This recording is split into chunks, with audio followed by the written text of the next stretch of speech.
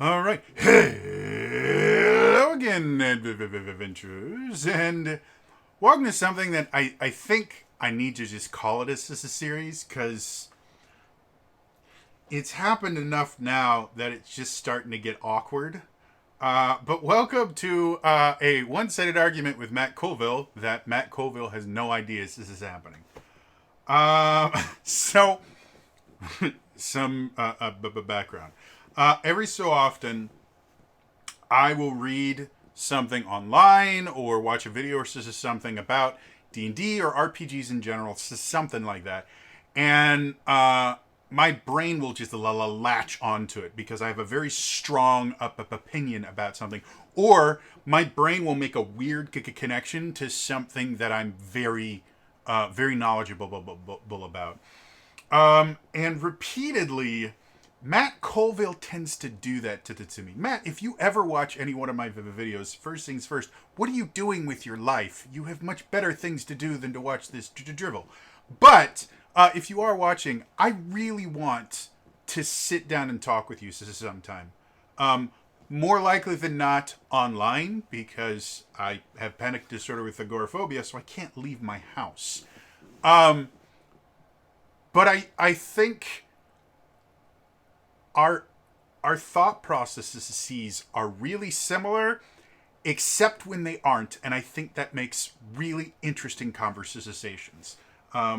So that being said, Matt has done it again to me. And the best thing about this, I generally, when I make these things, which is why I call it a one-sided argument with Matt Colville, because I'm generally arguing with him about something where I'm taking the opposite point.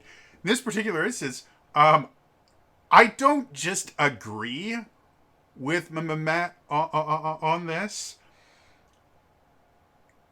It explains it explains a phenomena that I have already dealt with quite a bit, and I watch people constantly deal with it wrong and then get upset when it doesn't work out the way they suspect it to.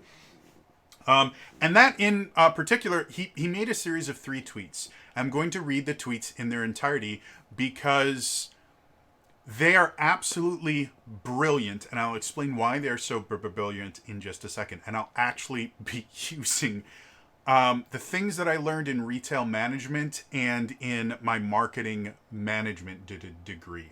That's how weird this connection is for folks. So let's start with what he said.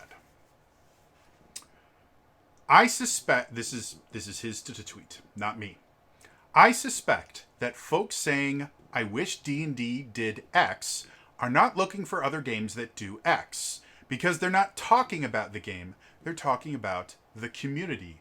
They're saying I wish the community I'm a part of did X, so recommending another game won't work. He continues.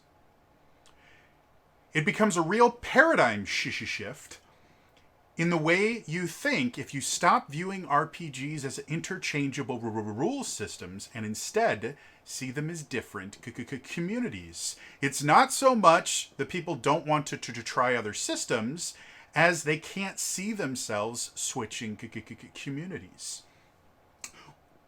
Continues again. We like participating in a community where we're all speaking the same language. Finding a new community for a new game means learning a new language.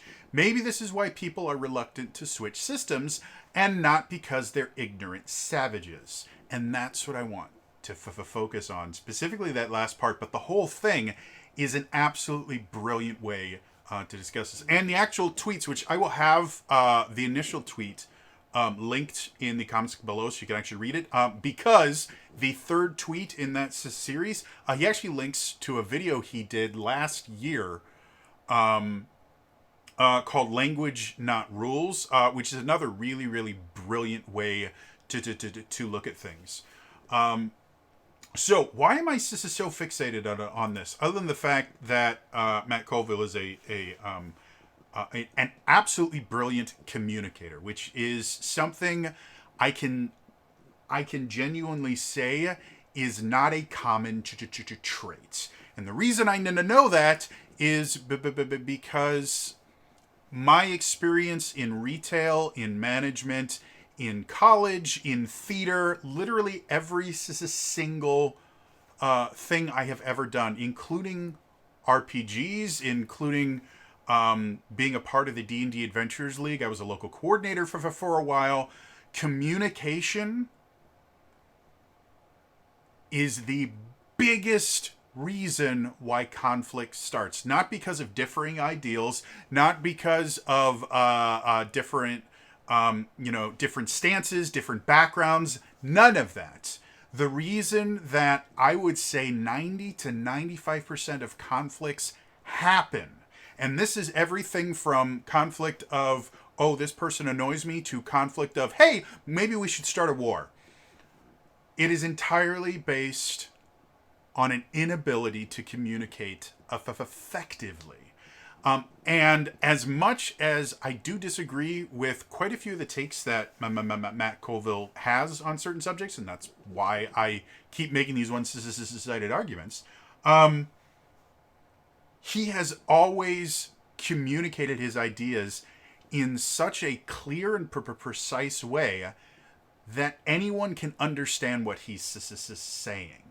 And if you actually look at the replies to this, most of the replies are not going, well, what do you mean by that? Most of the replies understand implicit, and this is 3 tweets. That's not what I wanted to do. I realize it's... That's what happens when you hit the wrong button. That was Matt. That was Matt's video, by the way. It's not that like, well, that doesn't make sense or anything. Everyone's like, well, that makes perfect sense, and that is an extremely difficult thing to have happen, even when what you are explaining is 100% the truth. Explaining it in a way that a lot of different people in different backgrounds actually understand is unbelievably difficult. And again, I have seen this over and over and over and over. And the first time this was actually brought up to me, to where I actually realized that this communication thing is a huge problem, was actually in the church. What are you talking about? Okay, so if you didn't grow up in a religious organization in general, I'm specifically going to be talking about the Christian church, because my father was a former pastor. He was a pastor, like, I think either before I was born or before I could really comprehend things. I don't really have any memories I know of like seeing my dad preach or anything like that. But we did have audio cassettes of him preaching. I used to listen to them when I was a kid, going to sleep, because it calmed me down. It's a weird thing, and I understand it's weird. It's what worked for me. But I grew up in the church. And when I say that, a lot of people won't quite understand what I mean by that, because they didn't. You grow up in an entirely different culture. The world is an extremely different place when you grow up in the church. And one of the things I did when I was in high school was I became a part of a group that was called Evangelism Explosion. This is another thing that sounds really weird. I've talked about it in other videos, but the basic idea of it was it would teach teenagers specifically how to be comfortable enough with their own belief structure that they could go out to random strangers, strike up conversations, and share what they believed about their own religion, their belief structure. Again, this sounds really, really weird. It's not nearly as weird as it sounds. And it was 100% normal to me. And it wasn't until I kind of started distancing myself from the church and getting involved with a lot more secular groups and things like that, and having a lot more secular friends. All of my friends I met through church and youth group and the things like that, until I think probably until high school. And even in high school, I was still involved heavily and enough that it wasn't really until college that I first started making friends that were in no way related to the church. And one of the things, to get back to the whole subject of this, one of the things that we were kind of taught in Evangelism Explosion, and any time you are taught how to evangelize, which, if you're not familiar with that word, that is effectively sharing your belief structure. And it is closely associated with the Christian church. The word itself is extremely associated with the Christian church nowadays. It is not. Every belief structure has their evangelist. There we go. Every belief structure has their evangelist. Wow, that's really hard to say. Vegans have become really, really, really well known for evangelizing their personal belief structure to the point where people hate them for it. That is evangelizing. It's sharing your belief structure and trying to convince someone to come to your belief structure. And it is not a purely sacred thing, as in it is not something that is exclusive to religions. Science has its own evangelists. Again, different climate change deniers have their evangelists, and people that support curbing it have their own evangelists. This is an extremely common thing. And RPGs have evangelists. I tend to refer to a certain group of evangelists as 3E purists. They will evangelize to you, to try and convince you to. Nowadays, there's not a ton of people who are trying to convince you to play D&D 3.5 or the 3rd edition. Most of those people are trying to get you to play Pathfinder or Pathfinder's 2nd edition. But again, going back to this evangelism explosion thing, the first one of the things that we're taught in that group is you cannot use what they called Christianese. When you grow up in the church, you have a completely different vocabulary. And probably the best example of this is the word witness and the word testimony. If I say witness or testimony, 90% of my audience will go, oh, you are talking about court. Because that's where you have witnesses, and that's where they give testimonies, or something to do with the justice system. That is nothing. It is so far removed from what a Christian means when they say, I want to witness to you. That is another thing that is kind of weird. Witness is a noun and can be a verb, as in I witness something, as in I observe something. In the Christian church, witness is a verb that means you are going to do something. You're going to talk to someone. I'm going to witness to you. It is a very strange phrase. What witnessing to someone is sharing your belief with them.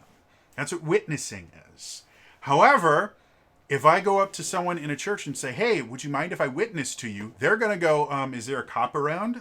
Did I watch a crime? Did you see a crime? Should I be calling a cop? Again, in the Christian church, if somebody at the pulpit, if someone at the front of the church goes, who would like to witness today? Which is something that happens in some church. In some churches, they will have calls to testify. That's another thing, is who would like to testify today? Testify to the Lord. Which, again, I have been in churches where that exact phrase has been used. And it doesn't mean, do you swear to tell the whole truth and nothing but the truth, so help you God? No, it means, do you want to share what God has done in your life? That is what testifying is in the church. It is a completely different thing literally everywhere else. And there are tons and tons and tons of these little phrases and colloquialisms that exist in the Christian church that sound like nonsense as soon as you get outside of it. So what does any of this have to do with what Matt said? Well, the whole idea about not speaking Christianese is based on the idea of you need to be an effective communicator, because especially if you're talking to someone that you don't already have a relationship with, where they're willing to let you explain yourself, if the first things out of your mouth or the first things they read from you on the internet is a bunch of nonsense jargon words that mean something completely different to them, they're going to go, oh, you're a moron. Good, I don't have to listen to you. Or, oh, you're a dick. I don't need to listen to anything you're saying because you're just an angry person that wants to feel important. So you go ahead and feel important. I'm going to go back to living the life I want to live. And so this idea of communication and, this idea of stop thinking of RPGs as rule systems and start thinking of them as communities is an essential part of communication. And this is where management training comes. One of the most difficult things in both management and sales, because I used to give this exact speech to new salesmen when I was teaching them how to pitch things like service plans and things like that. Because we in the store had our own jargon for what these things were. I would listen to people pitch them using our jargon, and our customers would have no idea what it means. And I would go, great. What you just asked them is effectively, hey, would you like a squidoogle? A squidoogle would be really, really awesome. Hey, she got a squidoogle. I bet you need a squidoogle too. It's a nonsense word. It means nothing. And so one of the most difficult things both in management and in sales is being able to understand what the person you're trying to communicate to, generally to convince them of something. In sales, it's to convince them to buy the thing that you are telling them to buy. In management, it is convincing them to do what it is you're trying to get them to do. The most difficult thing about that is figuring out what they are hearing when you speak. And I can tell you honestly, there are a lot of really, really horrible managers and salesmen out there that have never learned this lesson.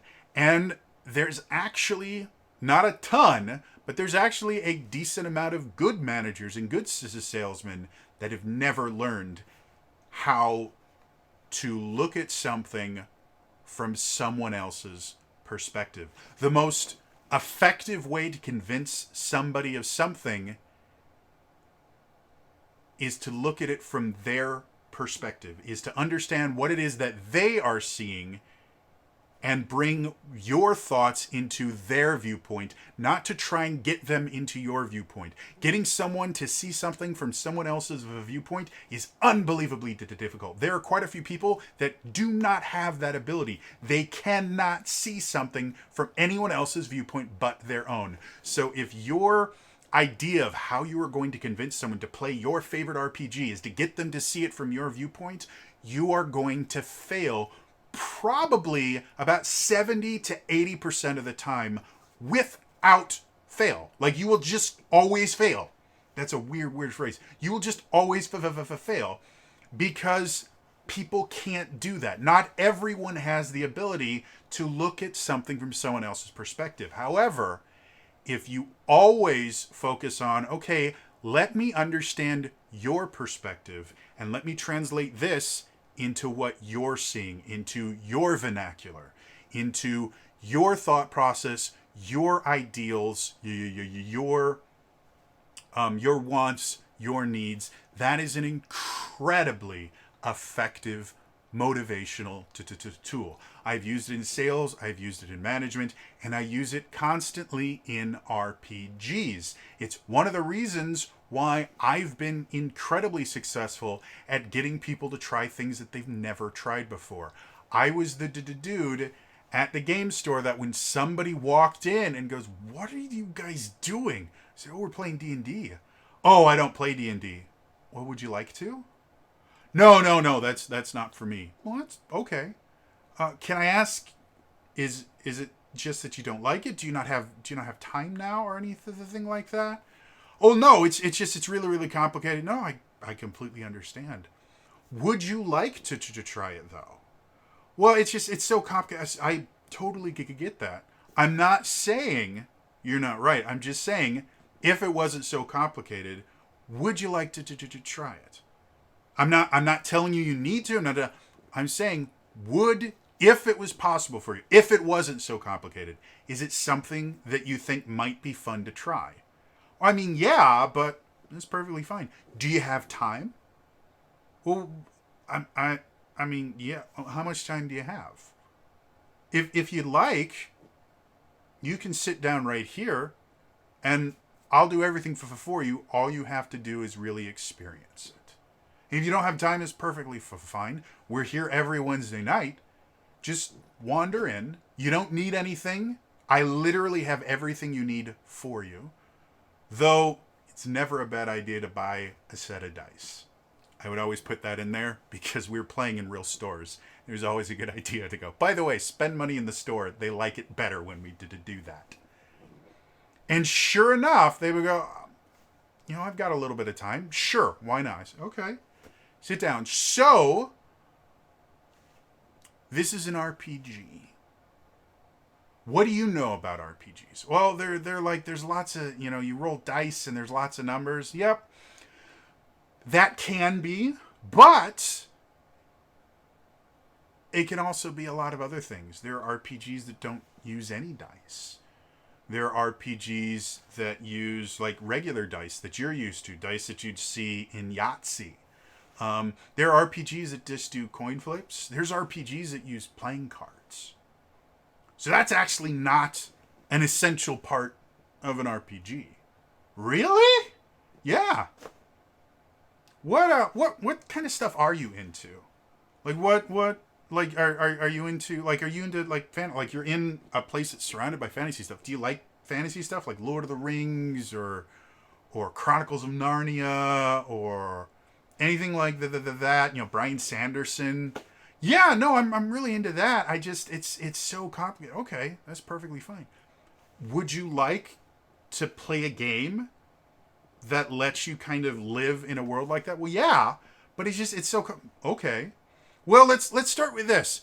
If you were to create a character, in one of these kind of fantasy worlds, because that's the realm we're playing in is fantasy right now. What kind of character would you want to be? Do you like to be kind of a Gandalf kind of wizard kind of thing? Or do you like the more Legolas where you're shooting stuff and you're taking your daggers out and doing all that cool stuff? What do you think would be the most fun to play? Well, I really like, and that's where we would go. Because I would stop trying to tell them, oh, no, you're wrong because of this. I would just go, okay, well, what do you think? When you see this stuff, what do you see? Okay, that's right. It has to be right because that's what you've seen. You may have misinterpreted something, but it's physically in front of your eyes. A really quick way to get people to not like you is to tell them what they know is wrong. And I see this constantly, especially with Pathfinder people. It's like, no, you're wrong. No, they aren't wrong. In their mind, they're 100% right. And if you tell them they're wrong, you're not actually convincing them. Like I made a reply to this. And I want to read my reply because I think it's clever. For Matt Colville's tweet, I retweeted it with a quote, and I said, "This is a fascinating way to look at tabletop RPGs in general. It also changes how you pitch a new game to someone, which is absolutely essential if you actually want to convince someone to try your favorite game. Beating someone into submission with your logic doesn't actually convince them to play your favorite game. It convinces them you're a dick. Well, it's more customizable. And you said you like customizability, so you're wrong and you should play my game." Sure thing, dick. And this is a constant thing that I see. And you see it in Matt Colville's reply. You see this, well, that's a falsity. People say this and this, and those are just false. It's like, no, you're wrong. What they see, it is true to them. And that's how it works, and you don't get to redefine their reality just because you don't agree with it. So going back to what Matt said, if you focus on RPGs as just interchangeable sets of rules, it doesn't make sense to you that someone could prefer one arbitrary set of rules over another arbitrary set of rules. It's just a set of rules. Who cares? This set of rules does different things than this set of rules. It's just words. But that's not how people view it. And it hasn't been how people have viewed it for 30, 40 years. D&D has never been a set of rules. D&D has been a community. So has Pathfinder, so has Shadowrun, so has World of Darkness, powered by the apocalypse. Pick a system. GURPS. Pick a system. It is not a set of rules. It is a community. And when you look at it that way, you're going to pitch things differently. If your focus is, well, these rules do this and these rules do that, and you said you like rules, so my rules are just as good as your rules, all you're doing is you're speaking Christianese to them. I'm going to witness to you now. But I'm not a judge. No, you don't understand. I'm going to witness to you. I'm going to testify.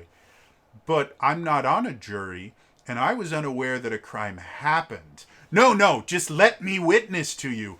Please, can I have someone that has the authority to take this person away? Police officer, security guard, just really big dude that can step in between me and this person. They're crazy. That's what happens when you sit there and you keep insisting, no, these rules are better. These rules are so much better. Because that's not what you're saying. You are literally just screaming gobbledygook at them and getting upset with them when they don't respond back with your gobbledygook. When you look at it as, okay, well, this is a community, well, then you need to pitch it differently. Okay, this is a community. This is not a set of rules. So what is it about the community that you like? Well, it's got D&D Beyond. Oh, yeah! D&D Beyond is super, super useful. You know what else is really useful? I play games in a system called Open Legend. And they have a website that is super, super easy to use. The entire system is online for free. And somebody went and made a character builder for it. If you want, I can give you the link to it. It's really, really easy to use. And really just reading the website and, going through the character builder, it makes the characters for you. It's so incredibly simple. There's buttons on it that tell you what everything does. It's great. Oh! That actually does sound fun. Maybe I'll try that. By the way, folks, if you are designing an RPG system, make a character builder. For the love of God, make a character builder. The bare minimum, have a form fillable PDF that auto-calculates things. D&D had it from the beginning. D&D 5th edition, right when D&D 5th edition launched, they had form fillable character sheets that you would put your stats in, and it would fill out your training, or your skills, I mean. And it was wonderful. These are not difficult things to make. I can build most RPGs. I can build in an Excel spreadsheet. If I had access to the real version of Adobe Acrobat, I have the free version because I am cheap. I could probably make form fillables of just about any character sheet you want. It is not an incredibly difficult thing to do. It just takes a little bit of extra time and extra work. And if you're building a game, put the work in. So anyway, this idea of look at it as a community, not as a set of rules, is an absolutely brilliant way to convince people to play other systems. And this is something I see constantly. The reason I got turned on to this thing from Matt Colville was TTRPGs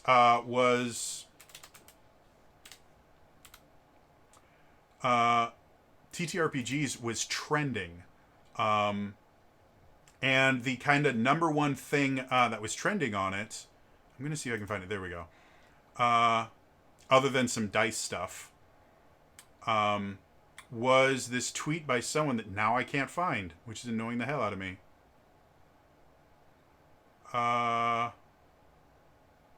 Anyway, was this thing where somebody said generally, actual, like, genuinely curious about this. Why are there people that play only D&D and no other systems? What's the justification of why they won't try any other systems? And again, if you look at RPGs as a set of rules, there's no real reason why you should prefer one set of rules. They're exactly the same. They just do different things. It's kind of like pencils. There really isn't a reason to choose a Ticonderoga versus insert your other favorite style of pencil. You can tell that I used to work for an office supply store because I can pronounce Ticonderoga poorly, and I'm not even sure that's how it is, but that was the first thing that came to mind when I thought of pencils. It seems weird. It's like they all do the exact same thing. Why in the world wouldn't you want to do another one, especially if this other one does the exact thing that you're complaining about? It doesn't make sense. It's because you're not actually hearing what they're saying. You're hearing what you would think in that same position. Again, you're putting them in your shoes, not putting yourself into their shoes. And switching this around to, okay, community versus rule system changes how you pitch things. It's no longer about, okay, what rules do you like? I can show you these rules that are much more fun. No, most people don't really give a shit about rubber rules. They don't. It's why so many homebrews exist. Most people don't care about rubber rules. What they do care about is doing the thing that they want to do with people that they want to be around. And the video that Matt links is this really brilliant thing where he starts talking about the idea of rulings, not rules, and the idea that he comes to in that one, he goes, well, why don't we just always make up the rules every time we play? Why don't we create a new system every single time? Well, because rules give you a common language to communicate with other people. Rules are effectively a language, and learning a new rule system is effectively learning a new language. Yes, but this one is so, incredibly just similar that it's really not that hard. Doesn't matter.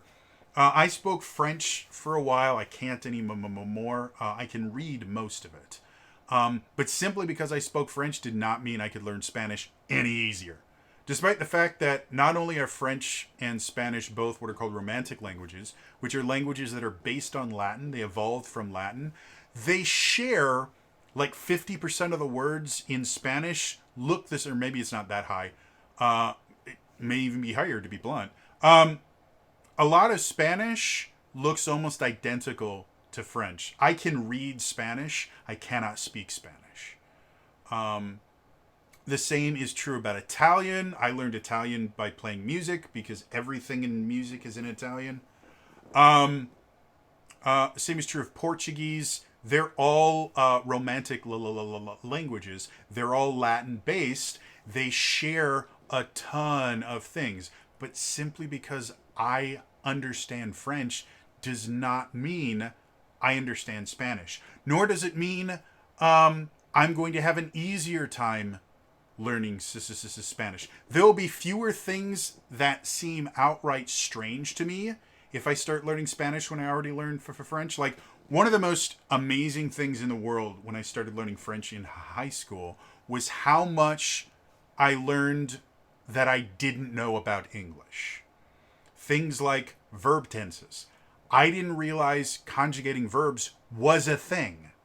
I just did it. I learned the language, and I didn't realize that I am, you are, she is, are all using the same verb that has been conjugated into different tenses. I had no idea that's how it worked, because they're three different words. I am, you are, he is. Those are three different words. In French, they're actually forms of the same word. The word itself is être, which is roughly translated into English as to be. So je suis, I am. Tu es, you are. Il est, he is. Elle est, she is. Nous sommes, we are. And that's another thing that was really, really weird. You are is tu es, es. That's the word. Nous sommes is we are. We use the same word in English for both you are and we are. It's the exact same word. In French, they're two different words, but they're all conjugations of the same base verb. If I go from French to Spanish, I believe the word for to be is usted. Again, I don't speak Spanish. I have never spoken Spanish. I'm going off of the tiny bit of Spanish I tried to learn when I was in retail, because a lot of my customers were spoke Spanish, and I wanted to be able to communicate with them.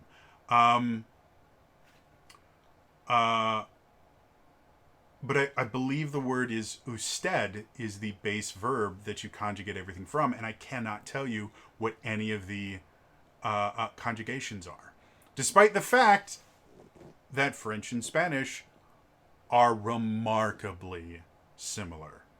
It is mind-numbingly crazy how similar they are. The big difference between French and Spanish that I have been able to observe is in Spanish, you pronounce every single letter, and in French, you randomly pick letters that you think look pretty, and then you don't pronounce them. It is the weirdest, most contradictory language I have ever learned in my life. Like travailler. Travailler is the most bizarre word in the world, because it's spelt travailis. And yet it's pronounced travailler. Those words don't, like, the letters don't make sense. So anyway, getting this back to D&D and how to motivate people. It is essential to be able to understand someone else's viewpoint if you want to convince them of your own.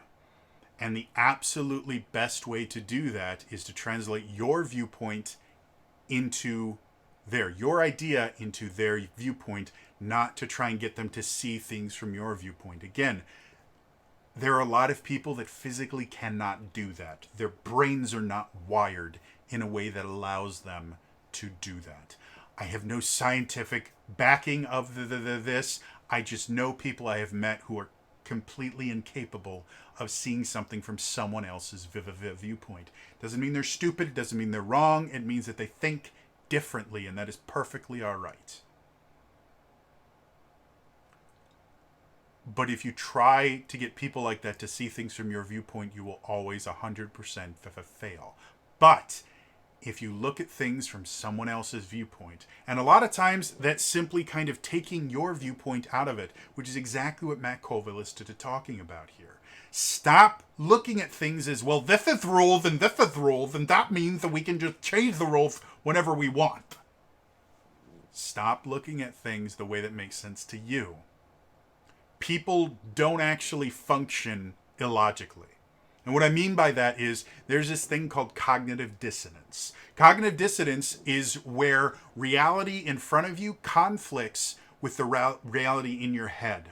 Cognitive dissonance is an incredibly overwhelming, terrifying feeling, to the point where when people experience cognitive dissonance, they will almost always believe their in-head reality over what is being shown them, to the point where they can become violent. They can become combative. Not violent as in, I'm going to kill you. I mean violent as in they start yelling at you. They start becoming very aggressive.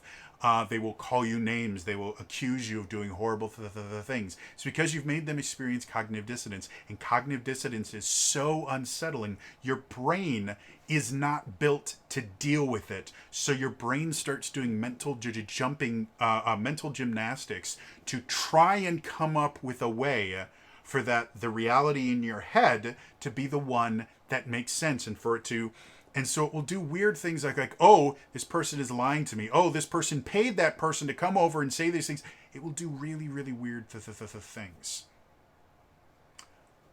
So convincing someone to see something from your viewpoint when they can't is going to cause them cognitive dissonance. And all that's going to happen is they're going to reject you as a crazy person. You're talking nonsense. You are not in the realm of reality because my reality doesn't accept what you are saying. But being able to go, okay, well, let's talk about your reality. Let me understand you. Before I tell you about me and what I want to do, let me understand you.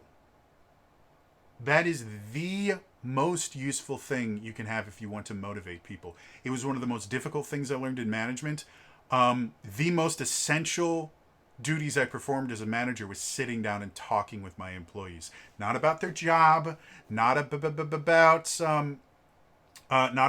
how they were, how well they were coping to, the new laptops that we got in or stuff like that. No, it was literally just leaning on a shelf somewhere and shooting the shit with them. Just going, hey, how you doing? Hey, I had this one dude who's real into boxing. And at that point, I wasn't super into boxing, but I was really into martial arts in general. I hadn't gotten into boxing specifically. And so I found out this dude was really into boxing. And this was back when, I can't remember any of their names now. I feel dumb. There was a Manny Pacquiao, something like that. Really, really amazing boxer. He was brilliant. One of his fights happened over the weekend. And I didn't see any of it. And again, I knew so little about boxing. If I had seen it, I couldn't have told you most of what happened. And other than, well, that guy hit that guy, and that was my computer. Well, that guy hit that guy, and that guy did this, blah blah blah blah. That's all I would be able to do. But I knew the fight happened, and so I went, "Hey, dude, did you see the fight?" He'd be like, "Oh man, it was amazing. Did you see it?" I said, to be perfectly honest, I didn't know anything about boxing. But I knew the fight happened, and I saw some reactions to it, and I was hoping you might be able to tell me why this was such a big deal. Oh yeah, man, it was so cool. So see, this is what happened. And I go, oh yeah, okay, in Taekwondo we have this. Yeah, it's the same thing. And it was literally just that. It was me going, hey, did you see the fight? Oh yeah, I saw it. It was super, super cool. I don't know anything about this, but I'd like to. And they started telling me about their world. They started informing me about this topic I knew nothing about. And to be 100% honest, I have the utmost respect for boxers. And if I have the time to sit down, I think boxing is fascinating to watch. Really good boxing is incredible. Like I watched a couple fights between like Mike Tyson in his prime. Mike Tyson in his prime was unbelievably brilliant. He was such an amazing, and seeing like him bob and weave and all the stuff that he did, and being able to just look at his opponents and know exactly what he needed to do to take him down. It is such an amazing, incredible thing to watch. And I knew nothing about it at that point. And this guy just kind of poured his soul out to me. And that was all it did. I didn't try and use boxing terms to teach him how to sell or anything like that. It was just me sitting down and learning about the world that he existed in. And he wasn't like a super boxing fan. It was just one of the things he was into. He had a lot of other interests. But just that little bit of connection, me being able to see things from his point of view. The next time I did training with him, I didn't have to bring up boxing. I didn't do that stupid kind of hack thing where it's like, well, you know how in boxing you do this. It was simply as like, hey, we did, this is what I want you to do in this. And yes, I could bring in boxing because it was now a topic. It was a mutual topic of understanding that I could use to relate. But that wasn't the point of it. I wasn't doing this so that I could come up with a new tool on how to manipulate him. I was doing this to get to know one of my employees and to get to know something that they were passionate about. And just showing that little bit of interest, getting pulled into his world, helped me to understand his viewpoint. Because these are the things that he thought was really cool about this fight. And these are the things that... And I started seeing things through his eyes. And that opened up my world to being able to talk with this person. To be able to teach him in ways I couldn't before. Same thing is true if you want to get someone into your personal favorite RPG. Guess what? If your personal favorite RPG isn't D&D, you are fighting an uphill battle. You want to know why? Because D&D, not only is it the #1 RPG on the planet, and has always been the #1 RPG on the planet. Even in 4th edition, it outsold Pathfinder. Cry, cry.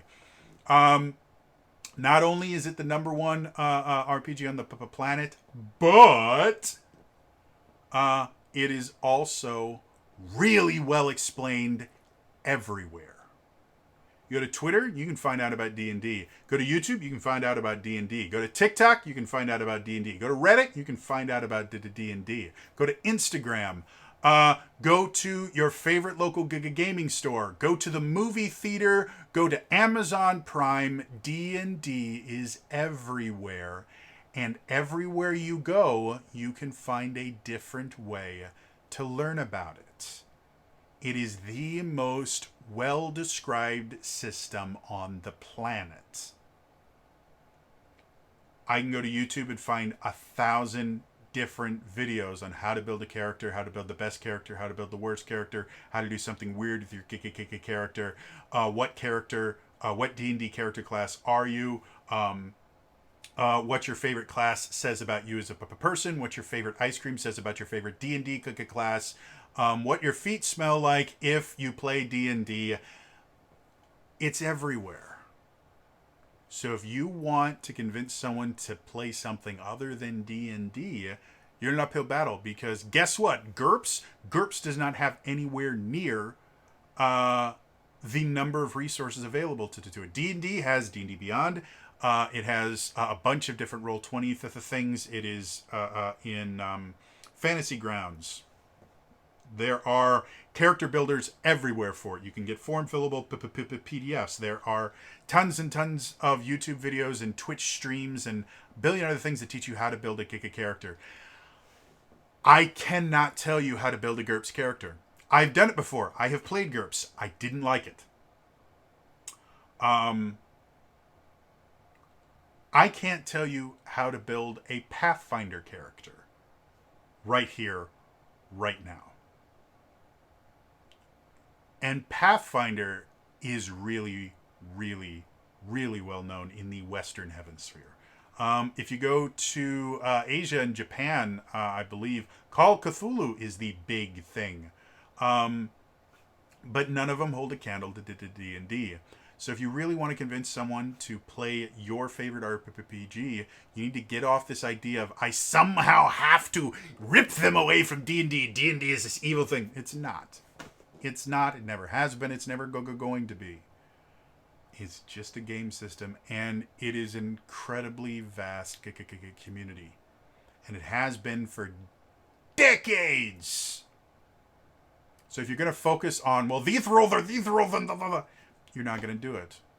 But if you sit down with someone and you talk to them, actually talk to them, not at them, and listen to them, not try and figure out what you're going to say next to refute what they're going to say, you're going to have a significantly better time trying to convince them to do anything.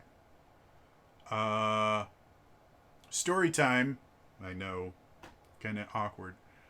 When Realms of the Wild was first pitched to me, I didn't pitch Realms of the Wild. Those of you who don't know, Realms of the Wild is the Zelda RPG that are run for Zelda Universe. Zelda Universe is one of the largest and oldest Zelda fan sites in the world. And I am thrilled to be able to work with them as long as I have. My buddy, Elias, has been working with Zelda Universe much longer than I have. He approached me and said, hey, we'd like to do a D&D campaign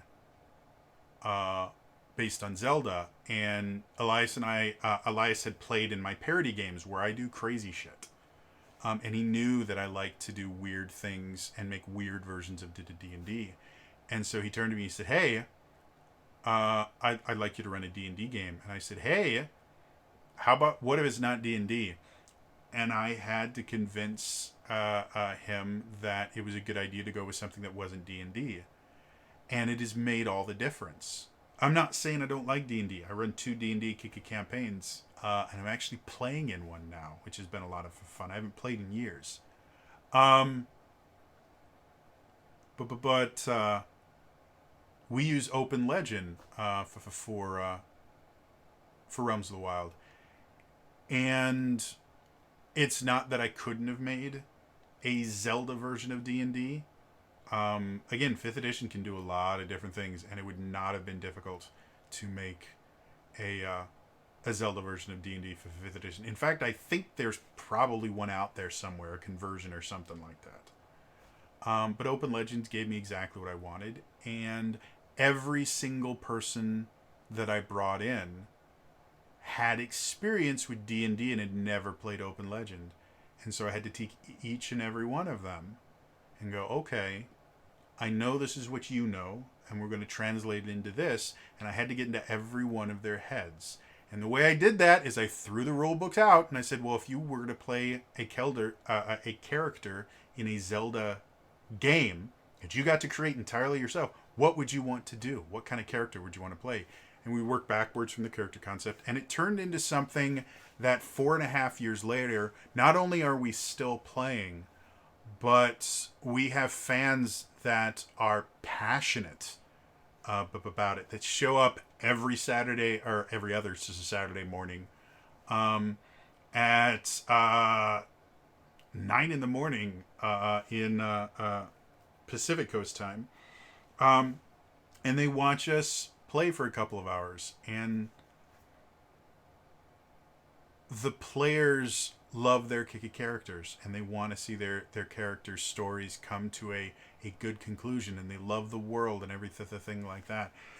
And it wasn't because I was so, oh, D&D is horrible, let's do this, it's much better. No, it's because I want to try something different, and I think you're going to like it. And then I went everything from there perspective, and it's turned into something wonderful. So the entire point of this whole rant or argument or whatever, Matt, if you're still watching, again, make better choices with your life. But if you're still watching, the whole point of this is being able to look at something through a different light is an essential part of motivation. It's one of the things that they kind of hint at in management school. I'm going to tell you right now, getting a degree in management is almost as useful as taking a dump on Tuesday instead of Wednesday. It's just not. So little of the stuff you learn in business school is actually useful for a manager. Most of the useful things I learned in management happened from me actually being a manager, interacting with real people. But that idea of being able to see things from someone else's perspective, being able to sit down with someone and get them to help you see their perspective. Because again, communication is not something that a lot of people are good at. So even if you do want to see something from someone else's perspective, you still need to understand communication well enough, not only to explain your points, but to be able to explain their points to you. Because not everyone is really good at that. But again, looking at tabletop RPGs as communities means that you're going to pitch things incredibly different. And for some people, D&D is a system, and the idea of pitching them another system by talking about the rules will work for some people. It won't work for the majority of them. I will guarantee you this. But looking at it as a community, and the reason that community idea is such a great thing is different people have different reasons for belonging to the exact same community. And so when you look at it from that standpoint, that, okay, you belong to a community, now I need to figure out what aspect of this community drew you to it.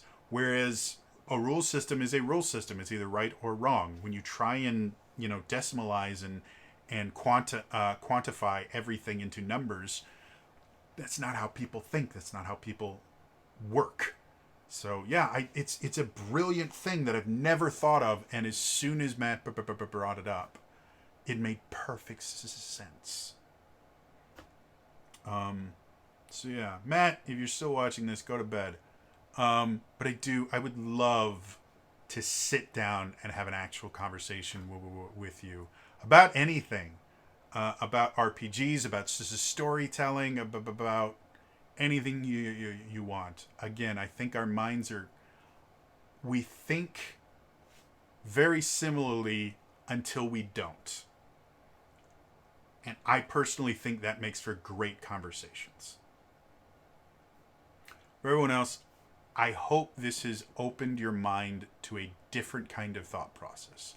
I know a lot of people that watch this are not D&D fanatics. I know that because I get replies to a lot of my posts and other things like that go, hey, have you tried this? Or, I really like this system, or things like that. I know there are a lot of you out there, despite the fact that I'm a teeny tiny channel. But if you really want your system to see more players, if you want to convince people to play in your system instead of the one that they're used to, you really need to understand this idea of communities versus rule systems. Because as soon as you start looking at it from a different perspective, looking at it a different way, you're going to be significantly more successful in getting people to try yours. Because you're going to pitch it differently. You're going to look at their reactions differently. You're going to look at their needs differently. And that is essential. You want to keep getting mad at people that your game isn't as popular as you think it is? Go for it. It's super, super enjoyable. And I mean that quite literally. It's fun to get mad at things. That's why so many people do it so often. As much as, yes, it's painful to get mad at things and it drives up your blood pressure and does all these other things, there's a reason people do it all the time. It's cathartic. It's a lot of fun to get mad and yell at people. Now, it's not a good kind of fun. It is not something that's going to make you feel better afterwards, but in the moment, it's super fun. So if you want to go yell at people and think that you're going to convince them to play your game by saying how stupid they are for playing D&D, you do you, honey. But if you actually want people to try your system, you need to get out of this idea that my system is better. It's not. If it was better, they would be playing it. And what I mean by that is, in their mind, it's not. So you need to stop trying to convince them that it is. What you do need to do is look at the person and figure out, why are they in a part of this community? Why are they using this language? What has drawn them to this? When you do that, then you're going to be more successful. And you, I know this is really bad, you might actually appreciate D&D 5th edition a little more. Oh, no, we can't say that. Yeah. Try it. Look at it as a community. Look at community members as individual members, not irrational morons that aren't smart enough to realize that you're right and they're wrong. Take some time to learn from people that aren't you. Take some time to force yourself to understand someone else's wants and needs. Like I said, not everyone can do it. So if you can't see things from other people's point of view, Doesn't mean that you can't motivate people. Doesn't mean that you can't translate things into words that someone else will understand. It just means that you're not going to understand them 100% of the time. It sucks, but what can I do? It's how your brain works. Learning how to deal with the the kind of strange ways that our brains work is something that everyone has to deal with eventually. So, congrats, you found your little idiosyncrasy that's annoying.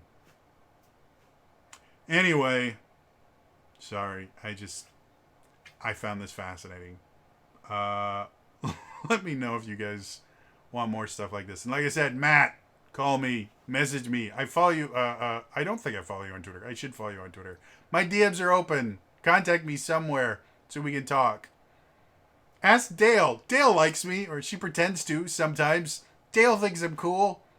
Let her tell you that I'm awesome. By the way, Dale, if you're watching this, tell Matt I'm awesome. I want to talk to Matt. Now that I love to talk to you too, but you're busy. So is Matt. I'm going to end this now, okay? Bye, folks.